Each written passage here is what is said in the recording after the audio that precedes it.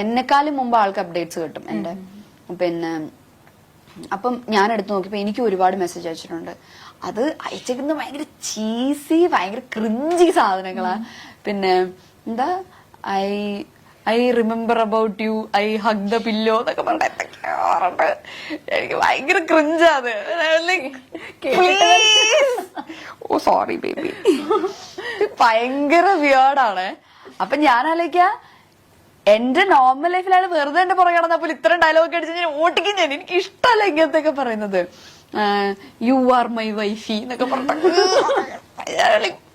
Please ഇങ്ങനെ you are my wifey, പിന്നെ I am a failure, together we can make this world beautiful എന്നൊക്കെ പറഞ്ഞിട്ടുള്ള മൂടാ. I am a failure, together I am sure എനിക്ക് ജീവിതത്തിൽ success ഉണ്ടാവും. പിന്നെ നമുക്ക് ഞാൻ എത്ര വർഷം വേണമെങ്കിലും കാത്തിരിക്കും. എന്തൊക്കെയോ കുറച്ച് ഈസി ഡയലോഗ്സ് ആണ്. അപ്പം അത് കഴിഞ്ഞപ്പോഴത്തേക്കും അതെ അവന് കളിക്കാൻ പറ്റില്ല, അവന് കേൾക്കാൻ പറ്റുന്നില്ല. അതെ ഭയങ്കര ക്രിഞ്ചായി പോയിരുന്നു. അപ്പൊ അങ്ങനെയൊക്കെ കഴിഞ്ഞപ്പോ ചേട്ടൻ ഇങ്ങനെ കണ്ടിന്യൂസ് ആയിട്ട് അയക്കുന്നുണ്ട്. ചേട്ടന് കണ്ടിന്യൂസ് ആയിട്ട് അയക്കുന്നുണ്ട്, ഓരോരുത്തർക്ക് ഇങ്ങനെ ഇതാകുന്നോണ്ട്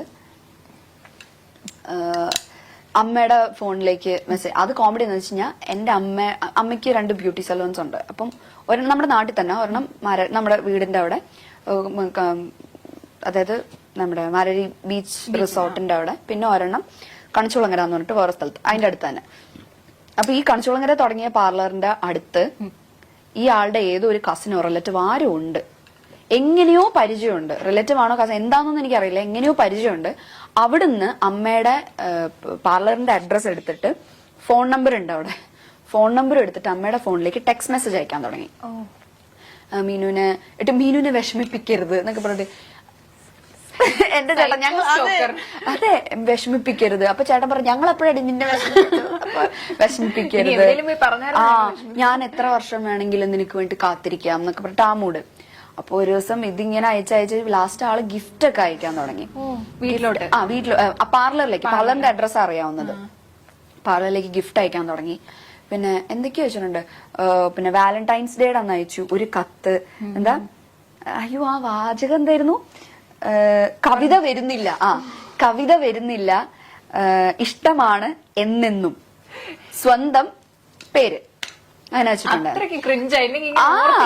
അങ്ങനെ അത്രയും ക്രിഞ്ചാണ്. അപ്പൊ ഞാൻ വീട്ടിൽ എന്നിട്ടൊരു മയിൽപീലിയുടെ ഇതും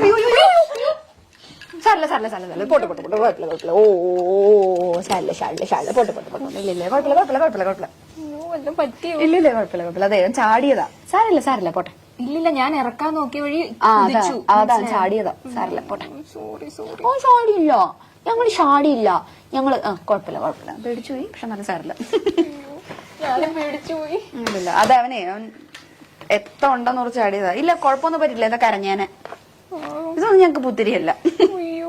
ഇല്ല കുഴപ്പമില്ല, സാരല്ല. ഇവനായോണ്ട് അറിയിക്ക് വല്ലവരെ ഇപ്പൊ കടിച്ചു കയറി കൊമ്മേനെ. എന്നിട്ട് ഇങ്ങനെ കൊറേ ഇങ്ങനെ ലെറ്റർ ഒക്കെ തന്നു. പിന്നെ മയിൽപീടിയുടെ ഒരു കീ ചെയിൻ, പിന്നെ ഒരു കമ്മല്, ഇതൊക്കെ തന്നു. ഞാനതൊക്കെ അവിടെ അടുത്ത് വെച്ചിട്ടുണ്ട്. പിന്നെ അത് കഴിഞ്ഞപ്പോഴത്തേക്കും തിരിച്ചയച്ചു കൊടുക്കാൻ ഈ മൂപ്പറുടെ അഡ്രസ് എനിക്ക് അറിയത്തില്ല. ഈ ഇങ്ങോട്ട് അയക്കുന്നതിൽ ആളുടെ ഫ്രം അഡ്രസ് ഇല്ല. അങ്ങനെ അയക്കാൻ പറ്റുമോ? കൊറിയറാ. ഫ്രം വെക്കാതെ അയക്കാൻ പറ്റുമോ? കൊറിയർ അയക്കാലോ. ഇതെന്തിന്റെ പ്രൊഫഷണൽ കൊറിയേഴ്സ് എന്തോ അങ്ങനെ എന്തോ ആണ്. അപ്പൊ അമ്മ എന്നോട് ആദ്യത്തെ ഗിഫ്റ്റ് അയക്കുന്ന സമയത്ത് എന്റെ അടുത്ത് ഇങ്ങനെ പറഞ്ഞിട്ടുണ്ടായിരുന്നു, പ്രൊഫഷണൽ കൊറിയേഴ്സ് എന്നത്. എനിക്ക് പ്രൊഫഷണൽ കൊറിയേഴ്സ് വഴിയൊന്നും വരില്ല. പ്രൊഫഷണൽ കൊറിയേഴ്സ് DTDC എന്തോ ആണ്, വരില്ല എനിക്ക്. പിന്നെ ആമസോൺ ഫ്ലിപ്കാർട്ടൊക്കെ വരുള്ളൂ. അപ്പൊ അത് പ്രൊഫഷണൽ വഴി വരേണ്ട കാര്യമില്ലല്ലോ. അപ്പൊ അമ്മ ചെന്നപ്പോ പറഞ്ഞു മോളെ ഇത് ഇങ്ങനെയാന്നാണ്. പിന്നെ എനിക്ക് എന്തൊക്കെയോ അയക്കുന്നുണ്ട്. ഫെസ്റ്റിവലിന് സ്പെഷ്യൽ ഓഫർ ഒക്കെ ഉണ്ടാവും, വാലന്റൈൻസ് ഡേ, അതെ അങ്ങനെയൊക്കെ ഉണ്ടാവും. ദീപാവലിക്ക് അല്ലല്ലോ, ദീപാവലിക്കാണോ? ദീപാവലിക്ക് സ്വീറ്റ്സ് അയച്ചിട്ടുണ്ടായിരുന്നു. ഡയറി മിൽക്കിന്റെ എന്തൊക്കെയോ കുറേ സ്വീറ്റ്സ് ഒരു പാക്കറ്റിലാക്കി അയച്ചിട്ടുണ്ടായിരുന്നു. അത് ആമസോൺ വഴി എന്തോ ആയിരുന്നു. അങ്ങനെ എന്തൊക്കെയൊക്കെയോ വഴി ആള് അമ്മയുടെ പാർലറിലേക്കാണ് അയക്കുന്നത് സാധനം. അയച്ച് ലാസ്റ്റ് ലെറ്റർ വരുന്നു. ഇങ്ങനെ എന്നുവെച്ചാൽ എന്നെ അറിയാവുന്നവർക്കൊക്കെ മെസ്സേജ് അയക്കാൻ തുടങ്ങി.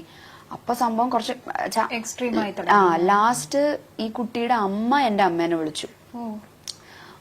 എവിടെ ഇങ്ങനെ വീട് എവിടെയാ, അടുത്ത സൺഡേ ഞങ്ങൾ അങ്ങോട്ട് വന്നോട്ടെ എന്നൊക്കെ ചോദിച്ചിട്ട്. അപ്പൊ അമ്മ പറഞ്ഞു വേണ്ട, മോക്ക് ഇപ്പൊ കല്യാണം നോക്കുന്നുണ്ട്. അപ്പൊ പറഞ്ഞു ഇല്ല, അവക്ക് ഇപ്പൊ താല്പര്യം, ഞങ്ങൾ നോക്കുന്നുമില്ല എന്ന് പറഞ്ഞു. അപ്പൊ ഉണ്ണ പറഞ്ഞു അതെന്താ, മോക്ക് വേറെ ആരെങ്കിലും ഇഷ്ടമാണോ? അപ്പൊ അമ്മ പറഞ്ഞു അല്ല, അതുകൊണ്ടല്ല, ഞങ്ങൾക്ക് ഇപ്പൊ താല്പര്യം ഇല്ല. അപ്പം ഉണ്ണവര് പറഞ്ഞു അല്ല, മോൻ ഇങ്ങനെ പുറത്ത് പോവാൻ വേണ്ടിയിട്ട് നിൽക്കുകയാണ്. അപ്പം ഇത് പുറകെ നടന്നിട്ട് അവൻ ആ കാര്യങ്ങളൊന്നും കോൺസെൻട്രേറ്റ് ചെയ്യുന്നില്ല. അപ്പൊ അതുകൊണ്ട് ഇനി ഇത് കയ്യിൽ നിന്ന് പോകുന്നു ഞങ്ങൾക്ക് പേടി. കാരണം എനിക്കൊന്ന് കുറെ നാള് നോക്കിയിട്ടാണെന്ന്. അപ്പം അതുകൊണ്ട് ഇതിലൊരു ശ്രദ്ധ കൊടുക്കത്തില്ലെന്ന് വെച്ചാൽ ഞങ്ങൾ വിചാരിച്ചു പോകുന്നതിന് മുമ്പ് എൻഗേജ്മെന്റ് നടത്തി വെക്കാന്ന് വിചാരിച്ചു. അത് അവരെങ്ങ് തീരുമാനിച്ചാൽ മതി. ഞാൻ ചോദിച്ചു, ഞാൻ അമ്മയൊന്നും പറഞ്ഞില്ല. അമ്മ പറയും എന്ത് പറയാനാ ഇവരോടൊക്കെ? അമ്മ പറഞ്ഞില്ല, താല്പര്യം ഇല്ല എന്ന് പറഞ്ഞിട്ട് കട്ട് ചെയ്തു. ഇല്ലെങ്കിൽ അടുത്ത സൺഡേ വരാന്ന് വിചാരിച്ചിട്ട്. അപ്പൊ അമ്മ പറഞ്ഞില്ല, താല്പര്യം ഇല്ല എന്നിട്ട് കട്ട് ചെയ്തു. അത് കഴിഞ്ഞ് പിന്നെ ഇങ്ങനെ ഒരുപാട് ഗിഫ്റ്റ്, ഞാൻ കാത്തിരിക്കും, ഭയങ്കര സ്റ്റോക്കിങ്, ഞാൻ കാത്തിരിക്കും, അങ്ങനെ ഇങ്ങനെ എന്നൊക്കെ പറഞ്ഞപ്പോൾ ഞാൻ പറഞ്ഞു അമ്മ ഞാൻ വിളിക്കാം. ഞാൻ വിളിച്ചിട്ട് ഡയറക്റ്റ് പറയാം എനിക്ക് ലാസ്റ്റ് അമ്മയുടെ ഫോണിൽ ടെക്സ്റ്റ് മെസ്സേജ് ആലോ അയക്കുന്നത്. ആ നമ്പറിലേക്ക് ഞാൻ വിളിച്ചിട്ട് ഞാൻ പറഞ്ഞു ഇന്ന ആളല്ലേ. അപ്പം സംസാരം എക്സ്ട്രാ ഡീസൻ, സംസാരിക്കുന്നേ ഇല്ല ആള്. ആ ഓക്കെ ഇങ്ങനെ മാത്രമേ പറയുന്നുള്ളൂ. അപ്പം പിന്നെ ഞാൻ വിളിച്ചപ്പോ ഇങ്ങനെ ഞാൻ പറഞ്ഞു ഞാൻ മീനാക്ഷിയാണ്. ഇന്ന ആളല്ലേ ചോദിച്ചു. അതെ. ഞാൻ പറഞ്ഞു ഞാൻ മീനാക്ഷിയാണ്, നിങ്ങളുടെ അമ്മ ഇങ്ങനെ വിളിച്ചിട്ടുണ്ടായിരുന്നു, സംസാരിച്ചിട്ടുണ്ട്, നിങ്ങൾ അയക്കുന്ന ഗിഫ്റ്റ് കിട്ടുന്നുണ്ട്, നിങ്ങൾ ഇപ്പം ആ ആരാധന എന്ന് പറയുന്ന അവിടെ വരെ ഇറ്റ്സ് ഓക്കെ, എനിക്ക് ഹാപ്പിയാണ്, ഞാൻ അതിനെ റെസ്പെക്ട് ചെയ്യുന്നു. പക്ഷെ അതിന്റെ അപ്പുറത്തേക്ക് പോവരുത്. എനിക്കും പേഴ്സണലി നിങ്ങൾ ഗിഫ്റ്റ് ഒക്കെ അയക്കുന്നത് എനിക്കും പേഴ്സണലി ഭയങ്കര ബുദ്ധിമുട്ടുണ്ടാക്കുന്നത്. ഞാൻ അതൊന്നും ഉപയോഗിക്കുന്ന പോലും ഇല്ല, അതൊക്കെ ഇവിടെ വെറുതെ ഇരിക്കുക. വള എന്തൊക്കെയോ അയച്ചു തന്നിട്ടുണ്ട്. അപ്പൊ ഞാൻ പറഞ്ഞു അതൊക്കെ എനിക്ക് ഭയങ്കര ബുദ്ധിമുട്ടുണ്ടാക്കുന്നുണ്ട്. സോ അത് ചെയ്യരുത്. ആരാധന, ഇഷ്ടം അതൊക്കെ സമ്മതിച്ചു. പക്ഷെ ഇതിന് പ്രേമം, കല്യാണം അങ്ങനെയൊന്നും കൊണ്ടുപോകരുത്, ഭയങ്കര മോശമാണ്. പിന്നെ ഇനി ഇതുണ്ടാവരുതൊന്നും. ഇയാളൊന്നും പറയുന്നില്ല, നമുക്ക് തിരിച്ചു പറയാണ്ടോന്നാ. ഓക്കെ ഇട്ട് കോള് കട്ടി. അത് കഴിഞ്ഞിട്ട് പിന്നെ അയച്ചു ദീപാവലിക്ക്. അത് ഇതിന് മുമ്പ് അയച്ചാൽ ദീപാവലിക്ക് സ്വീറ്റ്സ് അങ്ങനെ ദീപാവലിക്ക് എന്തൊക്കെയാ ഇങ്ങനെ അയച്ചു. അപ്പൊ അച്ഛൻ എന്നിട്ട് ഒരു ദിവസം ഞങ്ങളുടെ അമ്പലത്തിൽ ഉത്സവം നടന്ന സമയത്ത് ആള് അമ്പലം വരെ എത്തി. കാരണം ഞാൻ എപ്പോഴും ചാനലിൽ കൂടെ പറയല്ലോ മാരരിക്കുളത്താണ് വീട്. അപ്പൊ മാരരിക്കുളത്ത് അമ്പലത്തിന്റെ അവിടെ നിന്നിട്ട് അമ്മേനെ വിളിച്ചു. അമ്മ വിളിച്ചിട്ട് ചോദിച്ചു ആന്റി എവിടെയാ, എനിക്കൊന്ന് കാണാൻ പറ്റുമോ എന്ന് ചോദിച്ചിട്ട്. അമ്മ പറഞ്ഞു എനിക്കൊന്ന് എന്താ പ്രശ്നം, എനിക്കൊരു കാര്യം പറയാം. അപ്പൊ അമ്മ ഫോണിൽ കൂടെ പറയാനുള്ളത് പറഞ്ഞാൽ മതി, നേരിട്ട് കണ്ട. ആന്റിയുടെ പാർലർ എവിടാ, ഞാൻ അങ്ങോട്ട് വരാം. അപ്പൊ എന്റെ വീട് അമ്പലത്തിന്റെ അടുത്ത് തന്നെ. അപ്പൊ ഞാൻ ഓർത്തിന് ചോദിച്ചു പറഞ്ഞെങ്ങാനും അങ്ങോട്ട് വരും. എനിക്ക് പേടിയായി. ആ പ്രദേശത്ത് ഇപ്പൊ അച്ഛനാണെങ്കിലും അല്ല എന്നെ മാത്രല്ല, അച്ഛൻ ബാങ്ക് ഉദ്യോഗസ്ഥനായിരുന്നു. അപ്പൊ അച്ഛന് ഇപ്പം മറ്റേ ഈ ലോണിന്റെ കാര്യത്തിലാണെങ്കിൽ അച്ഛൻ എല്ലാവരോടും സംസാരിക്കും, ഭയങ്കര സോഷ്യൽ അച്ഛൻ. അച്ഛൻ എപ്പോഴും അമ്പലത്തിൽ പോകുന്ന ആളാണ്. അപ്പൊ അവിടെ അങ്ങനെ ആരോടെങ്കിലും ചോദിച്ചാൽ നമ്മുടെ വീട് പറയും. അപ്പൊ എനിക്ക് ഭയങ്കര ടെൻഷനായി, വീട്ടിലേക്കെങ്ങാനും കയറി വരുമോ. അപ്പൊ അമ്മ പറഞ്ഞു പിന്നെ ഇല്ല, നേരിട്ട് കാണും, ഞാൻ ആന്റിയുടെ പാർലറിലേക്ക് വരാം. അമ്മ പറഞ്ഞു ഇല്ല, പാർലറിലേക്കൊന്നും വരണ്ട, അല്ലാതെ പറയാനുള്ളത് പറഞ്ഞാൽ മതി എന്ന് പറഞ്ഞു. എന്നിട്ട് ഇവര് പറഞ്ഞില്ല എനിക്ക് നേരിട്ട് പറയണം. പറഞ്ഞു ഇല്ല, തിരിച്ചു പോകണം, ഞങ്ങൾക്ക് സംസാരിക്കാൻ താല്പര്യമില്ല എന്നൊക്കെ പറഞ്ഞിട്ട് തിരിച്ചുപോയി. എന്നിട്ട് വീട്ടിന്റെ ഫ്രണ്ടിൽ തൊഴിലുറപ്പ് ചേച്ചിമാരൊക്കെ ഉണ്ടായിരുന്നു. അച്ഛൻ ചെന്ന് അവരുടെ അടുത്ത് പറഞ്ഞു ആര് വന്നാലും മീനും ഇല്ലെന്ന് പറഞ്ഞു.